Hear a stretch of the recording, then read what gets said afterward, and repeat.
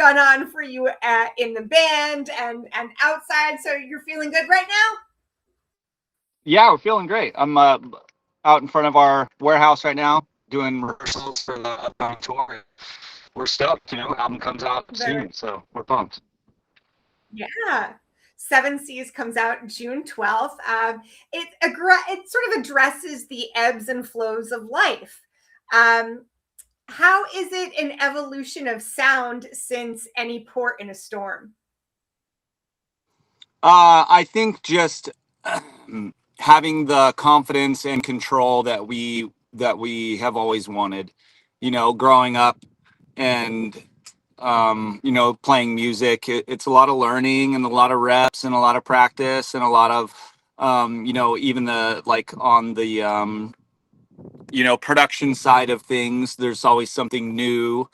There's new plugins coming out, new this, that, whatever, technology wise. So it's like production wise, we now can really get out the vision that's in our brain, and that's what I think is just so important. And it's always been really important, and it's sometimes been really when you can't when you have an idea that you be able to portray the vision you have in your mind. And I think vision is so important. And I think that's why a lot of movies get messed up, albums get messed up, things get messed up, because one person has vision. And usually when that person has such a set vision, it's really cool. And when other people that don't have the vision want to hop in, it muddies it and makes it a little less, genuine. And, so now, like, not only do we have control and can it be 100%, like, we can get the vision out how we want it. Also, I'm at a point where I'm like, I want to progress the sound of our band and progress music in general, of what people are doing with music sonically, but not make it, one of those albums that's, kind of left field. Like Supermoon is pretty left field, but it's still an amazing album. This album is very much a Dirty Heads album. We love it, and like we write music for ourselves, right? And it just came out so good. It's a no skip. It's a no skip for me, and there's always been skips. I have to agree. I do have access to the album a little early, and I'm being good. It is definitely a no skip album. I think, and it's also just perfectly timed for the summer, which is great. Let's talk about the title track, Seven Seas. How was that song born? Did it start with a lyric, a riff, the bridge? Where did it come from? So that came from a riff. That came from an old sample that we had, and we started that song. We put a beat to it. I wanted to do something super heavy, something more up tempo. I wanted to get it like an old reggae sample and put big hip hop drums behind it. And we did that, and then it sat for a while. Like we probably finished 4, 5, maybe 6 other songs, and then that song kind of popped its head up again. And yeah, for sure. It popped its head up again. And once we had given it time, because I think we got stuck on it. We made it, it was cool, but like nothing was coming. So we just moved on. And then when we got like 5 or 6 songs done and we were pretty set, we kind of like knew we needed an album name. We needed the world to build, which we were already kind of building it, but we just didn't have a name. And then once we brought that song back up and started looking at it, everything just fell into place. I loved reading it, how it was, kind of about the ebbs and flows and leaning on the people that matter to you, especially when things get difficult. And there's so much garbage going on in the world right now, but where do you find hope? Oh boy. I mean, that's the thing is, for a long time, I was very much the person that believed that everything happens for a reason, and then life it'll throw you some stuff where you're like, what is the reason? Like, I can't find a reason. Like, life will, I don't know if it's just my age or whatever, but life was really putting me through the ringer, and a lot of people around me. I feel like the last couple years, last like 3 to 5 years, it just seems like everybody's around me has been having a rough time, and it's really just been kicking our asses. And there's points where I was hopeless. There was points where I was drowning. I was floundering, drowning. I felt like I had nobody to talk to, nobody to turn to. And I knew that I did. I just didn't like want to put my problems on them. And I think that's a big thing that men need to get over, which I still, probably do it way too much, that I want to handle my own shit, and I don't want to spill on anybody. I don't want to make my problem anybody else's. But um, if you really zoom out, you probably have so many people, so many more people that really care, that really love you, that would really go out of their way and give you that time if you just said something. So many people came to me and said, "Why didn't you call me? Why didn't you call me? Call me?" And I didn't want anybody, right? I just was didn't want to burden anybody, but it wouldn't have been a burden to anybody. So the hope is knowing that once you get through it, you'll always get through it. That's hope. The time I get through something, and I feel myself, I'm like, damn, I did not think I was going to get there. And I go, okay, I got to always remember that you will get better. It will, you'll figure it out. And knowing that there are human beings that really are good and that really love you, and you probably have more of those people in your life than you think, but yeah, it's definitely hard to find hope sometimes when life is just throwing things at you that you couldn't even come up with if you tried. Very true, very true. And I was watching the video for Seven Seas, which, on the other hand, is really fun to watch. Who came up with the treatment for Yeah. that video? So we got a lot of it was AI, right? So it was supposed to just a lyric video, like just a visualizer, right? So visualizer, lyric videos, and then there's music videos, right? And for most songs that you put out, you want a visualizer. You want a lyric video or just a visualizer, some cool art so that it can live on, you can listen to it. So, right, we just kind of came up with this cool concept. It was hilarious. We kind of bounced it around. We were like, yeah, that's great. Let's hire somebody. Everybody thinks that you could just type in, type into like your whatever AI you use, and it'll just give you this video. It's actually a little bit more complicated than that. But yeah, so we were just like, hey, let's do a lyric video, make it funny, and make all this cool stuff. Let's use AI because it's actually a great tool. It's way cheaper for us to just get this vision out. And then the lyrics were too busy with what was going on, and we thought the story was so funny that we put it out, and we caught so much shit for it that, like, I was hoping that it wasn't ruining the song, but for us, it's not that deep. People are taking it way too serious.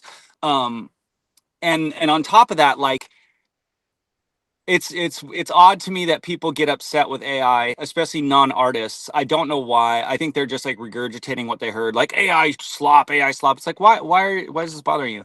Why is this bothering you? AI is allowing so many people to get that vision out without spending millions and billions of dollars.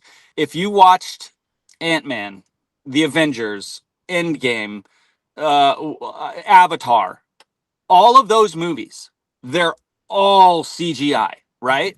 But there was a person using a computer to make that movie with actors. So if you're going to use AI, all you're doing is taking one step away from that, but because basically the computer made that whole movie, right? But there's actors.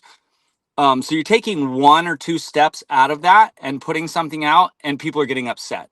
But it's not costing $30 million, right? And I don't get that. Like, I don't understand that. Like, graphic design, when you pay for a font, most graphic designers aren't hand drawing you the font. They're taking fonts, they're using a computer to now make you a font. These people are taking computers taking shapes and textures, adding it on to Chris Hemsworth, making him Thor, and then putting it out. I don't see where the taking one step away and having a human interact with a computer and making something that is, you know, in their head out there. I don't get why people get so upset about it. But we love the video. I'll stand by it. It didn't cost us $1 million, and a year ago that would have cost us you know, $3 million. And yeah, there's some spots where it looks like AI, but that's the fun of it. I see so much cool AI stuff on Instagram where I'm like, this world is blowing my mind. This kid could never have gotten this out. It would have taken him years. So it's you know, Hey, I was entertained. I get it. right. I think there's always, there's always going to be pushback to new technology. It's not like you were replacing people. There's actors in the video. It's your original song. People. We always just find And reason yeah, to right. complain. I use this example all the time. The paintings that I have hanging in my house are done by human beings. And it's because I'm impressed and I respect the hand of a human being. You know, the hand that actually and the mind that made that and took 100 hours or not 100 hours. They did something really quick and they did it in an hour, but it was beautiful and I loved it. If you had given me a printed out version of any of those paintings and said, hey, an AI did this, I wouldn't want to put it up because there was nothing put into it. But if you are like, hey, look at this new anime that this kid made in a week and it's amazing and he did it on AI and it's entertaining, I'm gonna watch that. That's cool. So there's a time and a place and a tool and different things you can use. I don't think live music is ever gonna go away. I know for a fact people are gonna use AI and people are using AI now for whole entire songs. You know, there's that Diplo interview that everybody got like freaked out about or they were pissed about. I think it was getting out a little taken out of context.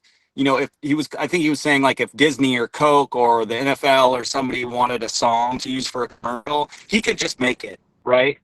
I don't think he was saying like there's not going to be superstars and there's not going to be that kid with a guitar in the bedroom that grows up to be the next X, Y, or Z, right? We're always going to connect with other human beings. But, you know, on the business end of things, as a producer for him, I can see why he's like, yeah, I'm going to use it. You know, what if McDonald's needs a 30-second instrumental or something, even with a singer? He can just make it. And, you know, at one point, will they even need a Diplo?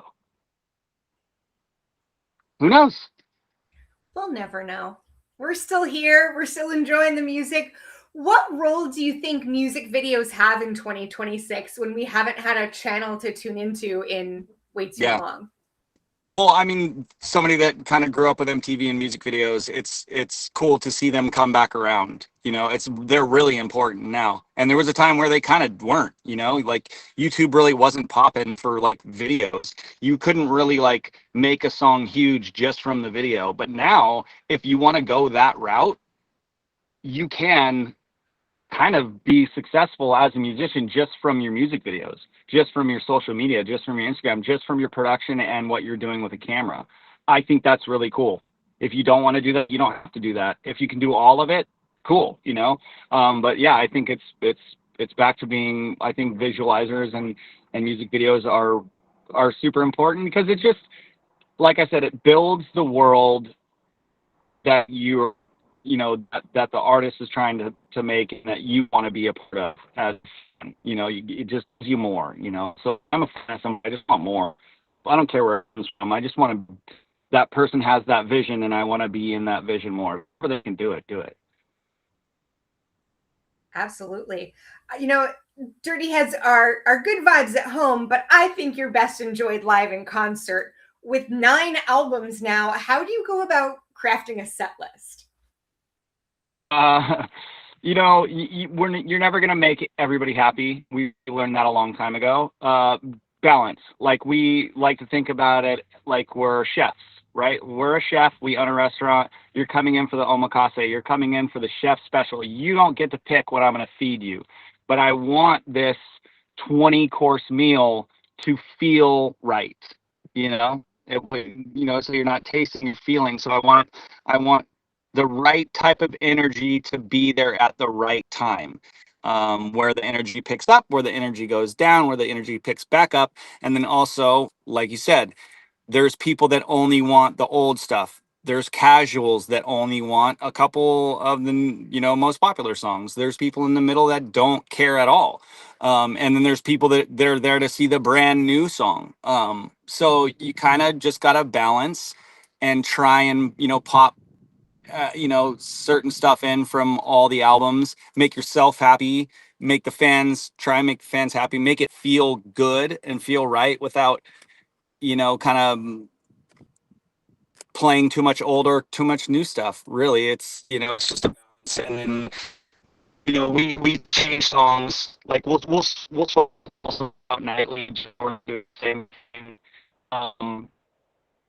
And then maybe some tours will bring songs back in and stuff. So you can always kind of move it around. But like I said, you're not going to make everybody happy. So you just want it to feel really good, and you want to try and balance the new stuff with the old stuff. Speaking of making yourselves happy, is there a song that you personally love but don't play live because it either doesn't translate well or doesn't kind of fit the vibe you're trying to do? No. There's definitely been songs that we thought would translate more live that didn't. I can't really tell you off the top of my tongue, but usually if we really, really love a song, even if it's one person in the band, they really want to play it, we'll give it a go, and we'll, tweak it to where it does translate. And that's the cool thing about having such a ripping band. Like, my guys are so pro that if something isn't translating live, that doesn't necessarily mean that we don't play it. It just means that we have a little bit of work to do. And how can we make it translate live? How can we make it feel good? And it's not hard with the guys that are in my band. I'm sure you will play Lay Me Down a lot more.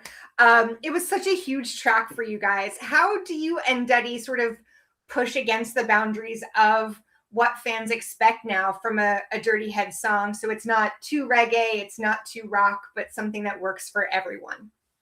Right, yeah. So that's kind of going back to, like, we're still writing music for ourselves first. Like, we have to like these songs. I have to want to listen to it. Like, the music that we write, I want, if I wasn't in a band, I would want there to be a band like us. Like, we're playing something, and we always kind of played the edge of the reggae rock world because we are, and so we never felt comfortable, just being a reggae band. We never felt comfortable just being hip hop act or just being like more thing. It was always alternative, unique, original. We always wanted to have something unique and original. So really, it's just like we knew that we were our own thing, and we knew that would, if we did it right, we wouldn't be pigeonholed anywhere, and we could kind of live everywhere. And luckily, we have done that. And Vacation also took on a life of its own because of TikTok. Even though you've got 9 albums out now, do you feel a pressure to have another viral moment, even though you are making music for yourself? Good. No. I mean, I personally have never, I don't think about singles. I don't think about streaming. I don't think about any of that stuff when we're in music. I don't. Like, we've said it a million times, like, if I had a crystal ball and could just make 12 gigantic hits, I think any human would do that, right?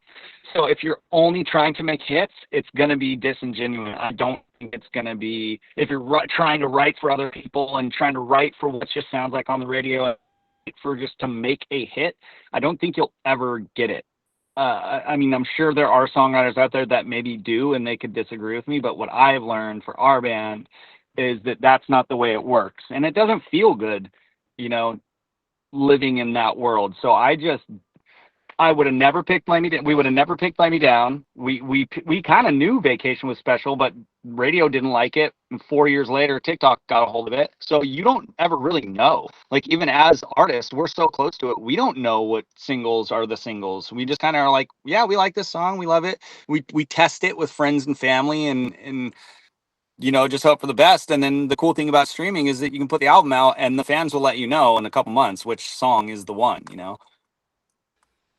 You guys have been working together literally for decades. What do you Yeah. guys attribute to your longevity? Respect. 100%. Just respect and lack of ego. Like knowing that we all want to be here and we're all here for the same reason, and people have flaws. And, if you have flaws and you know that you have flaws, work on them, because, being mindful of your flaws, knowing that not everybody's perfect. And so let's not, you know, let those flaws necessarily bother us about those other people, as long as those other people are mindful of it and knowing and they're working on things, or whatever. We were all friends before. We all have the same mindset. We all kind of grew up in the same style, culture, where like ego wasn't really a thing. You had a big ego, you were going to get slapped. That's always kind of like been our thing. Just staying humble, and really at the end of the day, like just having respect for each other as human beings, like, because you become closer than family. You first, you're best friends, then you're in this band and it's amazing, and then you're around each other so much that you become more than friends, and then it's family, and then you can start bugging each other in little things, and you could either let that eat at you and implode, or you can zoom out and realize that everybody is a really good person, really good human beings, and you just have to be around them a lot. So, in your space, give each other respect, be clean as fuck, be really, really clean, and then I think you should be good. Speaking of being clean as fuck, you've also paired up with, here's a segue, boys and girls, 4Ocean. Yeah, Can you tell us that a was little great. bit about them and how you ended up pairing up with them? Yeah, I mean, we've done charity work in the past, and it's come and gone, and we really didn't feel like not really a lot of impact was made. And it's not that we feel this huge obligation of having a platform and that we should use it for charity. I don't think anybody should be pressured to do that. But when charities come and they're interested, usually they'll come to us and we'll check it out, and maybe we'll do it, maybe we'll not. But when we uh heard what Four Oceans was doing before we even thought of working with them, we immediately loved what they were doing. And just You were no worries. You're telling me about 4Ocean. So, okay, there I am. Yeah. So, yeah, just kind of like the ocean being so important to us growing up surfing, growing up, just groms in the water, like having it really shape who we are as human beings. Obviously the ocean and Mother Nature and just nature in general. Us growing up, like I said, the cultures that we grew up in, fishing, hiking, surfing, being out in Mother Nature with our families. Like that's how every one of us in the band grew up. Um, it's really important to us, and it's something that we still do and that we still see. So when we found a company that was really about it, and then they were taking these forever plastics that are never going to get, unless we shoot them into space, they're never going to go away. So somebody that's repurposing those, that really cool to us, and really doing something that's actually going to make an impact. There's a lot of like there's a lot of I don't know, like, I don't know how to word it properly, but when it comes to recycling and how much of the stuff that you put in your recycle bin gets recycled, and they really know what's up with that. So they really just have their heart in it, and they really care, and they're out there getting their hands dirty. And they invited me out there to go get my hands dirty, and I'm glad to do it, and got to see what they did. And it's wild to see firsthand. And it's sad. So that is where, once you see it firsthand and you realize how sad it is, you're like, okay, now I do want to use my platform in a selfish way for something that I care about. But I think that will really impact everybody at the end of the day. Well, that's important. And lastly, what does success look and feel like in 2026? Freedom. Success is, to me, is freedom. That's a question I've been asked multiple times. And I think when you're young, you immediately think money.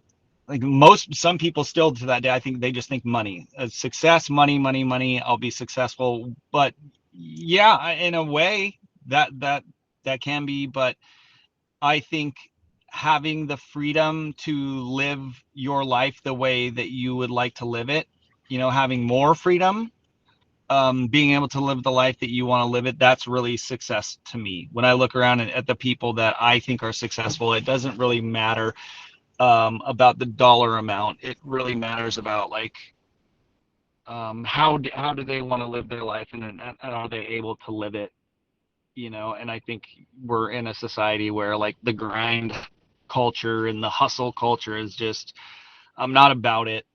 I don't think that that's how we should live. I don't think that's how we have ever really lived. I think we're kind of evolving into it. And I don't know if it's that healthy. We used to just lay around and eat berries and fish and live in caves.